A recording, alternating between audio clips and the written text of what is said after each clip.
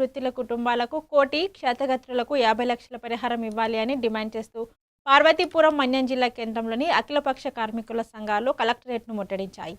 భద్రతా చర్యలను మరింత పటిష్టం చేయాలని కోరుతూ ప్రభుత్వానికి వ్యతిరేకంగా నినాదాలు చేస్తూ నిరసన చేపట్టాయి. విశాఖ ఉక్కు కర్మాగారంలో జూన్ 8వ తేదీన SMS-1 బ్లాక్లో ఈరోజు ప్రమాదం జరిగింది. 1700 డిగ్రీల వేడిలో ఈ ప్రమాదం జరిగింది.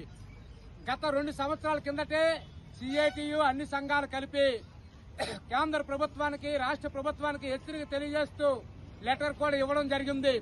ఈరోజు విశాఖ ఉక్కులో ప్రమాదం జరగడానికి అవకాశం ఉన్నది. విశాఖ ఉక్కు కర్మాగారాన్ని మెయింటెనెన్స్ తగ్గింది, కార్మికులు తగ్గారు. 5,000 మంది కార్మికులు కాంట్రాక్ట్ కార్మికులు తొలగించారు. 1,400 మంది కార్మికులు VRS ఇచ్చి బయటికి పంపించారు. ఈ నేపథ్యంలో మ్యాన్ పవర్ తగ్గింది, ప్రమాదాలు జరుగుతాయి, మెయింటెనెన్స్ తగ్గింది, కార్మికుల యొక్క పనిభారం పెరిగిందని చెప్పాము. ఏదైతే చెప్పామో అదే జూన్ 8వ తేదీన